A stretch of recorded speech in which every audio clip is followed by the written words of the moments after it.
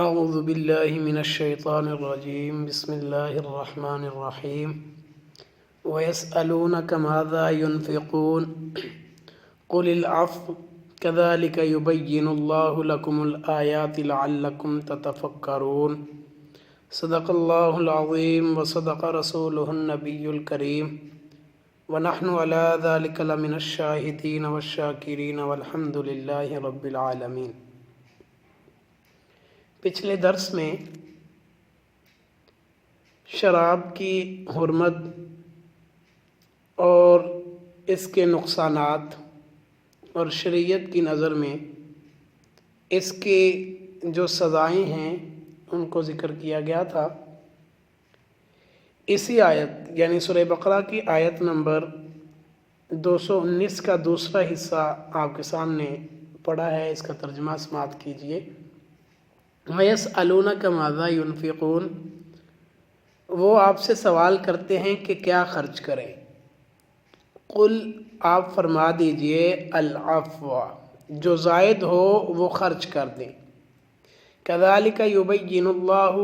اللہ ایسے ہی بیان فرماتا ہے، لَكُمُ الْآيَاتِ، تمہارے لیے آیات، لَعَلَّكُمْ تَتَفَكَّرُونَ، تاکہ تم فکر کرو، فی الدنیا والآخرہ، دنیا میں اور آخرت میں۔ حضرت ابن عباس رضی اللہ تعالی عنہما سے آیت کے اس حصے کے شان نزول کے بارے میں نقل کیا گیا ہے کہ جب اللہ رب العزت کی راہ میں خرچ کرنے کا حکم ہوا تو چند صحابہ کرام حضور علیہ السلام کی خدمت میں حاضر ہوئے اور عرض کرنے لگے کہ یا رسول اللہ صلی اللہ علیہ وسلم، ہم نہیں جانتے کہ ہمارے مالوں میں سے جو مقرر کیا گیا ہے جس کو ہم نے خرچ کرنا ہے، ہمیں پتہ نہیں ہے کہ کتنا خرچ کرنا ہے اور کتنا اپنے لیے رکھنا ہے۔ صحابہ کرام کے اس سوال میں اللہ رب العزت نے یہ آیت مبارکہ نازل فرمائی، وَيَسْأَلُونَكَ مَاذَا يُنْفِقُونَ، کہ صحابہ کرام آپ سے سوال کرتے ہیں کہ وہ کتنا خرچ کریں، کیا خرچ کریں۔ تو اے میرے محبوب پیغمبر صلی اللہ علیہ وسلم، آپ فرما دیجئے کہ جو تمہاری ضروریات سے زائد ہو اسے اللہ کی راہ میں خرچ کر دو، اور ساتھ ہی فرمایا كَذَلِكَ يُبَيِّنُ اللَّهُ لَكُمُ الْآيَاتِ، اسی طرح اللہ رب العزت تمہارے لیے آیات کو بیان فرماتے ہیں، لَعَلَّكُمْ تَتَفَكَّرُونَ فِي الدُّنْيَا وَالْآخِرَةِ، تاکہ تم آخرت اور دنیاوی ضروریات کو سمجھ لو۔ مطلب اس آیت کا یہ ہے کہ انسان کو خرچ کرنے میں میانہ روی سے کام لینا چاہیے۔ اگر انسان کے پاس ضروریات سے زائد ہو تو اس کو اپنے پاس سنبھال کے نہ رکھے، اپنے پاس جمع نہ کرتا رہے، بلکہ اللہ رب العزت نے استطاعت دی ہے، اللہ رب العزت نے مال دیا ہے، اس کو اللہ کے راستے میں بھی خرچ کیا جائے، اپنی ضروریات کو بھی پورا کیا جائے، ضروریات سے جو مال بس بڑھ جاتا ہے، بچ جاتا ہے، اس کو اللہ کے راستے میں خرچ کریں، اور اس کو اپنے پاس جمع کر کے نہ رکھیں، اس کو گن گن کے اپنے پاس نہ رکھیں، بلکہ اللہ کے راستے میں خرچ کرتے رہیں۔ اور اسی طرح اگر آپ کے پاس اتنا مال نہیں ہے کہ آپ کی ضروریات پوری نہیں ہو رہی، تو ایسا نہ کریں کہ آپ صدقات نافلہ، صدقہ نفلی صدقہ کرتے رہیں اور آپ کی ضروریات پوری نہ ہو، آپ کے والدین، آپ کے اولاد، آپ کے بچے بھوکے ہوں اور آپ باہر تقسیم کرتے رہیں، ایسا بھی نہ کریں، بلکہ میانہ روی اختیار کریں۔ اللہ رب العزت نے مال دیا ہے، ضروریات سے زائد ہے، ضروریات سے مراد ضروریات ہیں، ضروریات سے مراد خواہشات نہیں ہیں۔ کہا جاتا ہے کہ اگر ضرورت کی بات ہو تو ضرورت فقیر کی بھی پوری ہو جاتی ہے، اور اگر خواہش کی بات ہو تو خواہش بادشاہ کی بھی پوری نہیں ہوتی،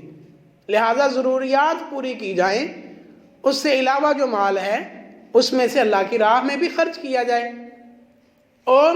اگر آپ کے پاس اتنی وسعت نہیں ہے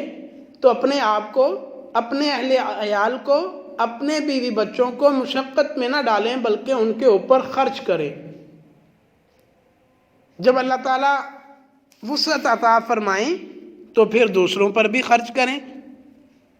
اسی طرح کے ایک واقعہ حضور علیہ السلام کے سامنے بھی پیش آیا۔ ایک آدمی حضور علیہ السلام کی خدمت میں حاضر ہوا اور سوال کرنے لگا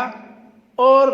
عرض کرنے لگا کہ یا رسول اللہ صلی اللہ علیہ وسلم، میرے پاس کھانے کے لیے کچھ نہیں ہے، حاجت مند ہوں، ضرورت مند ہوں،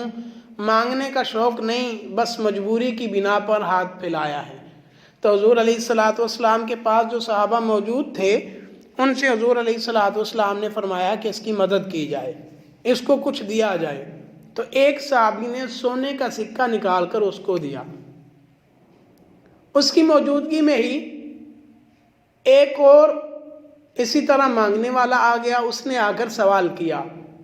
کہ ضرورت مند ہوں، حاجت مند ہوں، اتنا مال، اتنے پیسے نہیں ہیں کہ کچھ کھا سکوں، کچھ پی سکوں، کچھ پہن سکوں۔ تو اس سے پہلے جو حاجت مند، ضرورت مند فقیر بن کر آیا تھا، اس نے جلدی جلدی وہی سکہ جو خود اس کو ایک صحابی نے دیا تھا تو وہ خود نکال کر دوسرے آدمی یعنی دوسرے فقیر کو دینے لگا۔ تو حضور علیہ السلام نے اس کا ہاتھ پکڑ لیا۔ حضور علیہ السلام نے فرمایا کہ تمہارے لیے تو دوسروں سے مانگ کر آپ کو دیا ہے، اور اب آپ اتنے سخی بن رہے ہو کہ یہی سکہ دوسرے کو دے رہے ہو۔ تو حضور علیہ السلام کے کہنے کا مطلب یہ تھا کہ پہلے اپنی ضرورت پوری کرو، ایسا نہ کریں کہ جتنا مال ہے آپ کے پاس وہ آپ صدقہ کر دیں اور شام کے وقت، رات کے وقت یا کل کو خود دوسروں سے مانگتے پھرو۔ نہیں، بلکہ ہماری شریعت جو ہے یہ ہمیں اعتدال کا سبق دیتی ہے۔ نہ تو کنجوسی کرنی چاہیے، بخل کرنا چاہیے، اپنے آپ پاس گن گن کے جمع کر کے رکھنا چاہیے، اور نہ ہی اس طرح خرچ کرنا چاہیے کہ بعد میں خود مانگنے کی نوبت آ جائے، بلکہ میانہ روی اختیار کی جائے۔ اللہ رب العزت فرماتے ہیں كَذَلِكَ يُبَيِّنُ اللَّهُ لَكُمُ الْآيَاتِ۔ اسی طرح اللہ رب العزت بیان فرماتے ہیں تمہارے لیے آیات کو، لَعَلَّكُمْ تَتَفَكَّرُونَ فِي الدُّنْيَا وَالْآخِرَةِ، تاکہ تم دنیا اور آخرت میں غور و فکر کرو۔ جب آپ کے پاس مال زیادہ ہو تو اللہ کے راستے میں خرچ کریں، اگر زیادہ نہیں ہے اپنی ضروریات کو پورا کریں۔ اور کس پر خرچ کیا جائے؟ جو صدقات نافلہ ہیں، تو یہ پچھلی آیات میں گزر چکا کہ جب صحابہ اکرام نے حضور علیہ السلام سے یہ سوال کیا تھا کہ یا رسول اللہ صلی اللہ علیہ وسلم ماذا ينفقون، کہ کیا خرچ کیا جائے اور کس پہ خرچ کیا جائے، تو حضور علیہ السلام نے وہاں ساتھ ساتھ مصارف کو بھی ذکر کیا تھا، فَلِلْوَالِدَيْنِ وَالْأَقْرَبَيْنِ وَالْيَتَامَى وَالْمَسَاكِينِ، کہ پہلے اپنے والدین کو دیکھیں، وہ ضرورت مند ہیں، حاجت مند ہیں، ان کو دیا جائے۔ پھر اس کے بعد اپنے عزیز و اقارب میں سے جو آپ سمجھتے ہیں غریب ہے، ان کے پاس کھانے کے لیے اتنا نہیں ہے، ان کی ضروریات پوری نہیں ہو رہی، پھر ان کو دیں، یتیموں کو دیں، مسکینوں کو دیں۔ تو اس طرح اللہ رب العزت نے یہ خرچ کرنے کے بارے میں اپنے احکامات کو واضح کیا ہے۔ ایک تو نہ اپنے پاس سنبھال کے رکھیں،